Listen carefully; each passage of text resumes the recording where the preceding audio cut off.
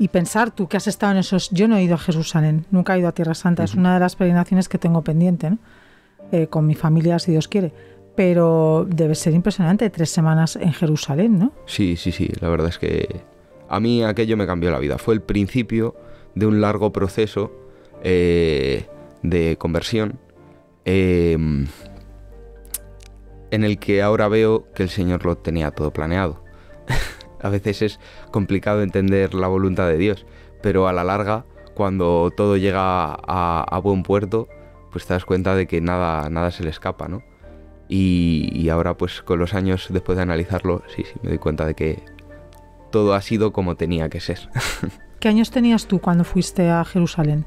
Pues tendría 19 años, sí, y si tenía 20 los acababa de cumplir. Pero tú fuiste como si te fueras a, yo qué sé, que te dijera, porque imagino que irías con tus padres, claro. No, fuimos un grupo de jóvenes y era una peregrinación organizada por un primo de mi madre que es sacerdote en Daimiel, y él organiza todos los años una peregrinación. Entonces pues fui con los jóvenes de aquella diócesis, con los que además hice muchos buenos amigos y me lo pasé bastante bien, la verdad. Pero tú no eras consciente de lo que te iba a pasar, claro. No era consciente. Yo por aquel entonces no tenía fe, tenía una juventud muy del mundo. Ya. De niño, pues hombre, yo de niño me han educado en la fe, yo era monaguillo, de hecho me gustaba mucho acolitar en las misas, pero con el paso del tiempo, pues lo que va sucediendo, vas entrando en el mundo y esa fe pues se disuelve, sobre todo porque era una fe infantil que todavía no había evolucionado, ¿no? Todavía no había... no era madura. Eso es, no había habido un encuentro personal con Cristo todavía. Entonces cuando yo voy a Tierra Santa, yo tenía un montón de malos hábitos, digamos, y bueno, pues todos esos malos hábitos me pesaron mucho. Yo como siempre había tenido un respeto muy tierno por la educación que me han dado a la religión y al Señor, a pesar de que esa fe ya no estaba, pues quise cambiar, ¿no? Entonces yo me empeñé en las últimas semanas en intentar cambiar esos malos hábitos, ¿no? Esos vicios que yo tenía, y pues bueno, no lo conseguí. Bueno. Pero la intención estaba ahí. Entonces, una vez que estuve en Tierra Santa, durante el viaje, ahí ya no podía hacer muchas de las cosas que hacía en mi vida aquí en España, ¿no? Entonces, eso me fue llevando un poco a querer profundizar más. Entonces, según íbamos pasando por los santos lugares, notaba como que mi corazón se iba abriendo, hasta el punto en el que yo decidí, o sea, tomé la decisión de que tenía que salir de allí con fe. O sea, yo, claro, tampoco entendía muy bien la fe. O sea, tuviste un encuentro personal con Cristo en Tierra Santa, directamente, vamos. Eso es. Entonces yo tomé la determinación de, yo tengo que salir de aquí con fe.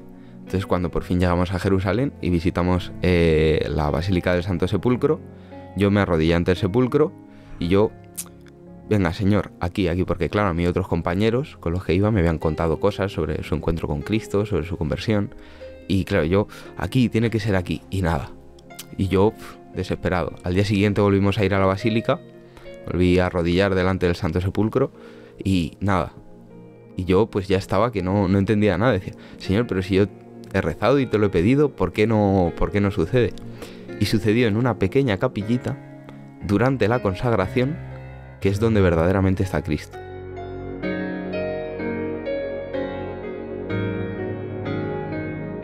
Ahí aprendí lo que es realmente la Eucaristía. Fíjate, que ahí estará su presencia de verdad, eso cuerpo y alma. Fue en la Basílica del Santo Sepulcro, en una pequeña capillita, donde estábamos celebrando misa, y justo en el momento de la consagración yo sentí una locución interna, o sea, no había palabras, pero yo tenía la certeza de que había una frase concreta en mi interior que era, te he estado esperando mucho tiempo.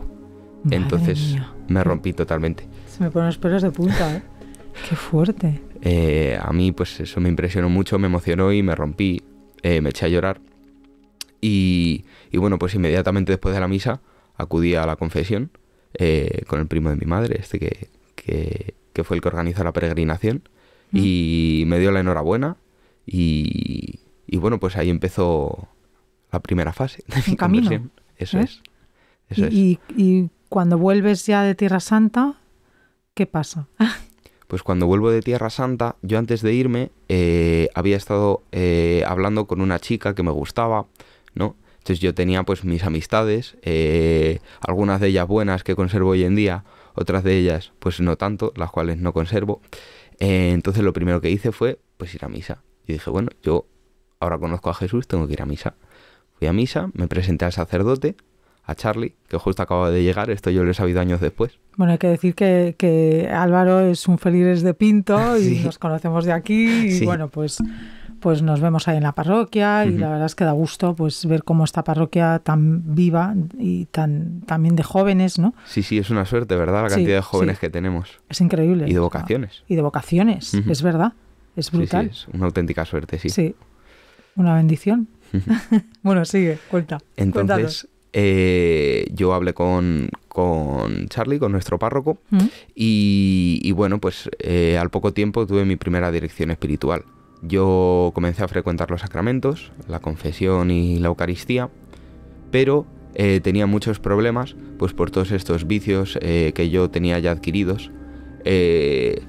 Yo comencé a tomar drogas blandas muy joven.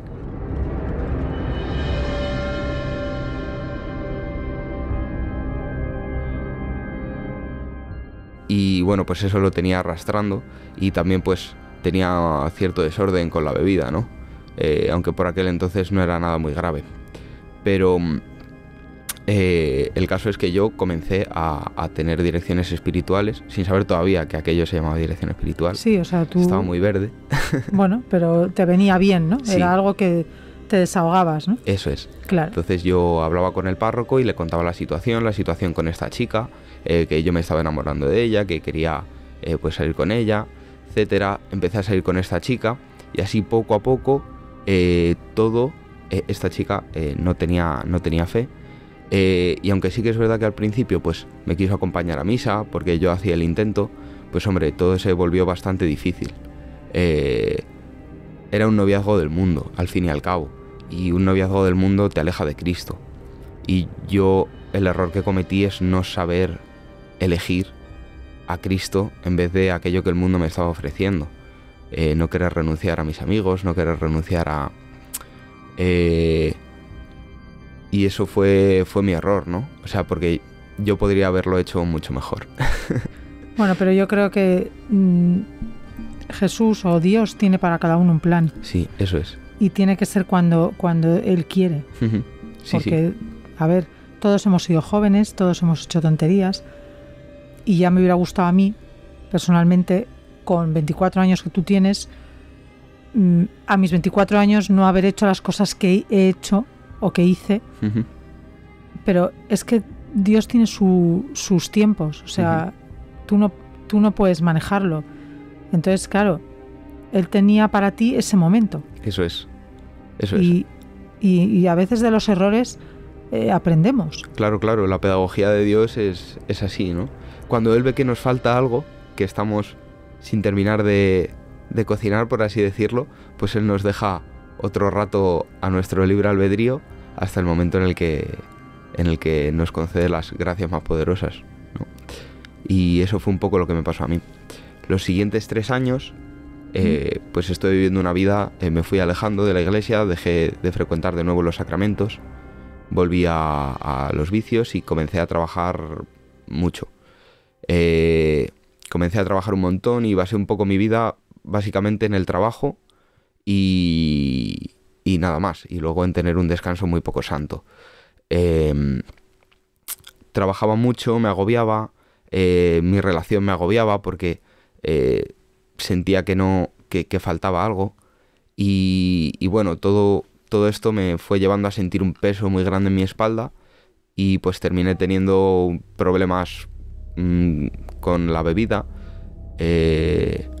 Sí, la verdad que yo pues bebía a diario, ¿no?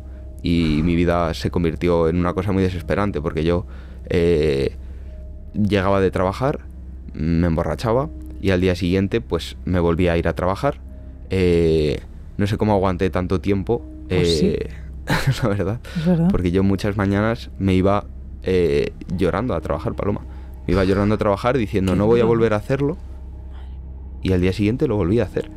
Yo era totalmente esclavo. Son pecados que tenemos y son miserias que bueno, pero lo importante es lo que tú has luchado, ¿no? Porque tú ya en ese proceso ya habías tenido ese encuentro personal con Jesús. O sea, ya eras consciente de pero que yo eso... en aquel momento ya no luchaba, Paloma. Yo no en ese momento era un esclavo. Ya. Y el Señor, yo ahora lo entiendo, el Señor permitió que los enemigos del alma me esclavizasen, para que sintiese lo que era esa esclavitud, claro. Para poder liberarme y que me diese cuenta de lo que me pasa. Eso es. Claro, te llevó al precipicio, que digo yo. Eso es. Cuando ya no puedes más, dices, Dios mío, ¿dónde estás? ¿No? O sea, porque eso nos pasa a todos humanamente, a todos. O sea, decir, ya no puedo más. Pero es increíble. O sea, sigue porque yo estoy, vamos, o sea, pues, en shock. El caso es que lo que había empezado como un joven que encuentra a Cristo, se echa una novia, comienza a tener un buen trabajo y todo debería irme bien y todo debería ser pues una buena vida para un joven, ¿no? Pues terminó siendo una agonía. Yo en el fondo sentía desde el principio que faltaba algo, unos remordimientos. Había algo que yo entendía que estaba mal y no podía comprender qué era, porque de mi mente todo aquello se había borrado. Sabes que el alma es olvidadiza. Y llegó un punto máximo en el que yo estaba tan agobiado y tan estresado que dejé mi trabajo, dejé a mi novia y bueno, yo en aquel momento tenía la cabeza llena de pájaros, ¿no? A mí ya no me importaba nada, me dejó de importar todo.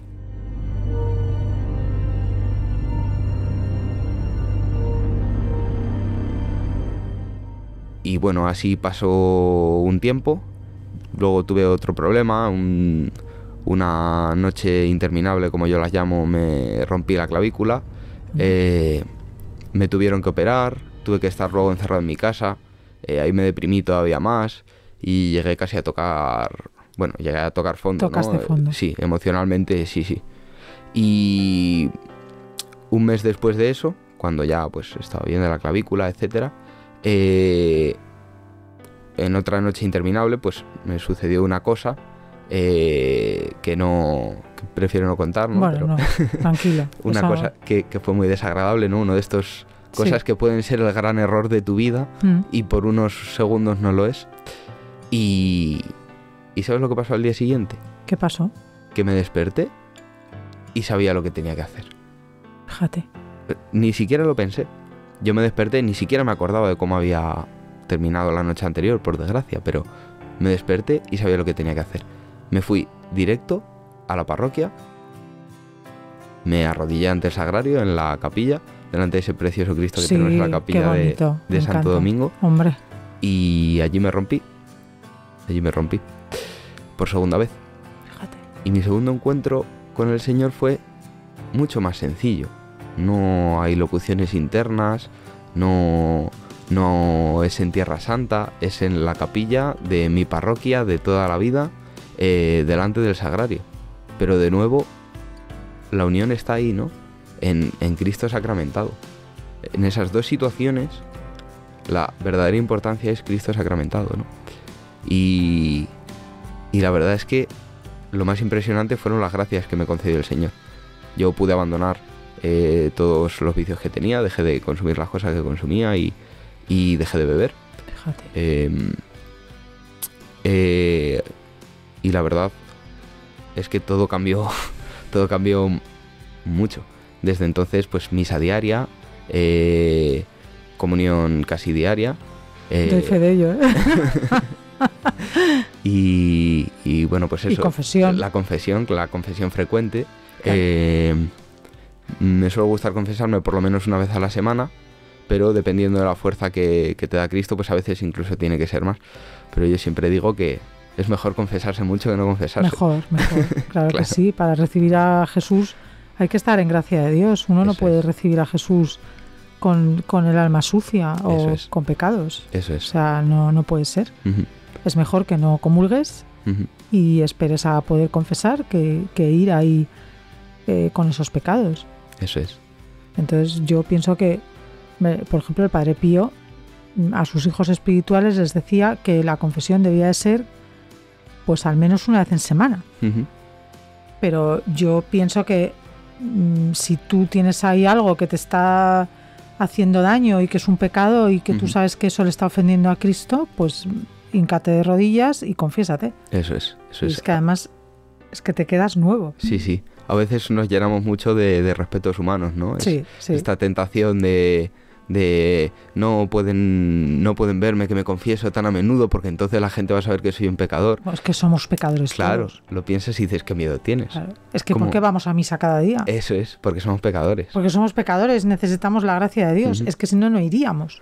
Eso es lo que me decía Charlie, mi primera conversión cuando empecé a hablar con él. Me decía, pero tú no te preocupes, si aquí no estamos los mejores, estamos los peores. Por eso nos ha llamado el Señor. Es que es verdad, es que es así. Sí. O sea, aquí no hay santo en la tierra ninguno, está claro. Entonces, Dios permite muchas veces sufrimientos, cosas, momentos, pues como a ti te ha pasado como joven, pero es increíble, pues que tú con 24 años ahora mismo ya estés apartado del pecado, ya estés en gracia de Dios y ya veas que el camino es Cristo. Sí. Y además, que por ser joven no quiere decir que parece que sea cosa de gente ya de mi edad o de gente mayor, ¿me entiendes? Que no, o sea, que tú con 24 años lo tienes claro. No, claro, o sea, Cristo está vivo y está vivo en todos. Lo único que tenemos que hacer es abrir el corazón para encontrarlo.